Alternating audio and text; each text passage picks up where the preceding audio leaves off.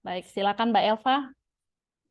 Baik, terima kasih Bu Wiwin, salam kenal dari saya, salam hormat, terima kasih banyak sudah memberikan saya kesempatan ya untuk bisa bergabung di perkuliahan. Ini bersama, ini saya manggilnya apa ya, teman-teman aja ya mungkin biar bisa akrab nanti. Oke, berarti ini satu kelas ya Bu ya, ada 16 mahasiswa. Iya, satu kelas. Tapi memang tadi saya share juga ke teman-teman yang lain, kelas yang lain, siapa tahu lagi kosong, boleh aja ya Mbak ya join gitu. Jadi nanti kalau misalnya tiba-tiba ada peningkatan partisipan, Iya, nggak apa-apa ya. Yang kayak gitu iya, ya. aman-aman. Ini berarti sekarang lagi pada di kelas ya? Saya kira di rumah karena ini karena online kelasnya. Atau ini Ibu juga berarti di kelas? Saya kebetulan masih di rumah, jadi Oke. makanya 1 jam ini nanti mungkin saya akan ke kampus, maksudnya dalam perjalanan juga sambil ngantar si kecil sekolah. Tapi memang anak-anak bila memang tidak ada yang sakit atau apa, saya memang wajibkan untuk datang ke kelas gitu, Mbak Elva. Oke, baik. Terima kasih Ibu. Mungkin bisa saya mulai ya. Bismillahirrahmanirrahim. Assalamualaikum warahmatullahi wabarakatuh. Salam kenal ya buat teman-teman semua. Perkenalkan nama saya Elva gitu. Nah nanti straight ya Bu, kita 4 pertemuan ke depan kan ya. Nanti saya akan membersamai pelajaran dengan teman-teman di kelas seperti ini ya. Nanti setiap Kamis ya berarti. Setiap Kamis, insya Allah kita akan belajar bersama. Gitu. Nah, nanti mohon ini ya, kontribusi aktifnya nanti kalau misal ada yang mau ditanyakan atau nanti kita akan praktik bersama. Gitu. Nah, yang saya tahu juga teman-teman di pertemuan sebelumnya sudah ini kan ya sudah ada dapat pengantar gitu materi terkait pengujian perangkat lunak.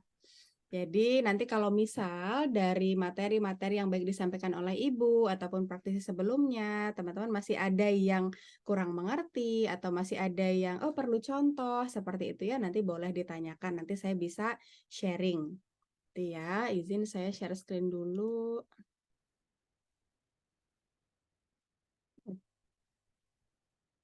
Oke. Nah, untuk slide saya nggak banyak ya. Nanti kita akan lebih banyak di praktek karena saya pengen encourage teman-teman untuk bisa praktek langsung gitu ya. Soalnya kalau cuma teori-teori boring ya. Oke, hari ini kita akan berkenalan lebih jauh ya dengan pengujian. Ya, pengujian tapi di sini kita khususkan untuk software. Ya, jadi pengujian perangkat lunak. Nah, nanti teman-teman akan berkenalan dengan alat-alat atau tools yang biasa digunakan dalam pengujian perangkat lunak dan bagaimana mengotomatisasi proses pengujiannya. Gitu ya. Nah, ini sedikit overview ya. Nanti mungkin sedikit di awal saya akan kasih brief ya, introduction terkait role saya, quality assurance ya. Kemudian bagaimana saya bekerja di dunia software testing. Kemudian nanti kita masuk lebih dalam lagi ke testing implementation dan juga alat-alat yang biasanya digunakan ya. Baru nanti kita kenalan juga sama automation tools.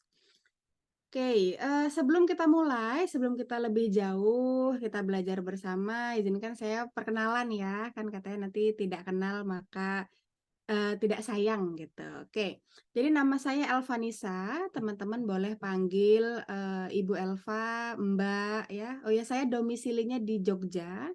Jadi kalau teman-teman main ke Jogja boleh berkabar ya, nanti saya bawa tour guide.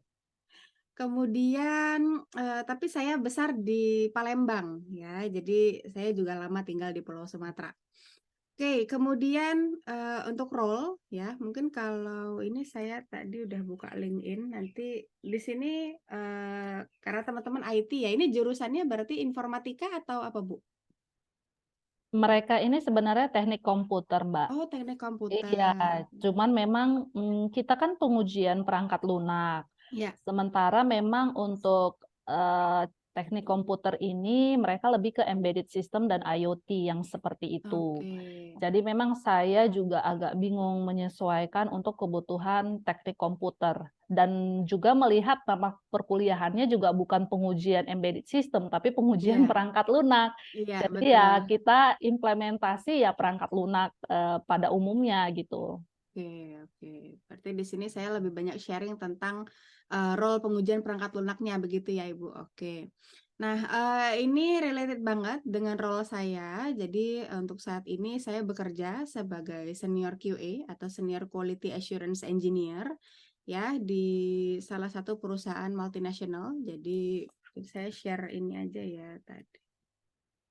Oke, ini LinkedIn account saya. Jadi kalau teman-teman di IT tuh biasanya nanti kalau udah masuk ke profesional ini ya, professional job nanti biasanya punya account LinkedIn. Jadi LinkedIn ini kayak profesional Instagram ya. Kalau Instagram kan kita cuman follow buat have fun aja. Nah, kalau di LinkedIn ini untuk profesionalnya. Nanti teman-teman bisa untuk cari kerja, bisa menambah relasi dengan teman-teman profesional, dengan rekan-rekan profesional gitu.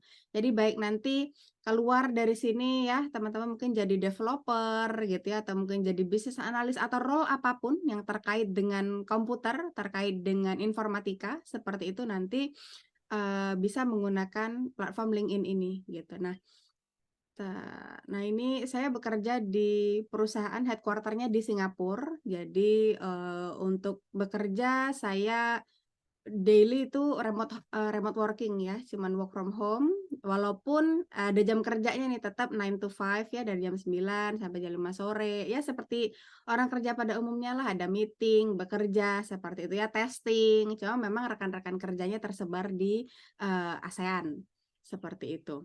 Kemudian itu untuk professional work-nya, kemudian untuk side job-nya saya juga ngajar ya sebagai mentor, trainer gitu ya untuk quality assurance. Ya seperti sekarang ini ya handling online bootcamp. Jadi silahkan teman-teman kalau punya linknya nanti kita terkoneksi ya. Jadi seperti inilah. Jadi kayak kita gini kan online class gitu ya. Oke, nanti kalau ada yang mau ditanyakan terkait pekerjaan untuk quality assurance, teman-teman boleh. Oh ya, ini kita pakai Slido ya.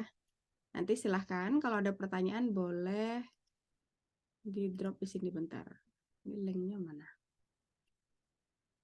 Biar nanti kelihatan yang tanya siapa ya, kemudian nanti pertanyaannya apa. Boleh dibuka di sana ya. Karena saya kurang familiar nih pakai Q&A platformnya dari Zoom. Nanti biar kalau pakai Slido saya bisa share screen, kemudian teman-teman juga bisa lihat yang lagi kita bahas ini pertanyaan yang mana sih gitu ya.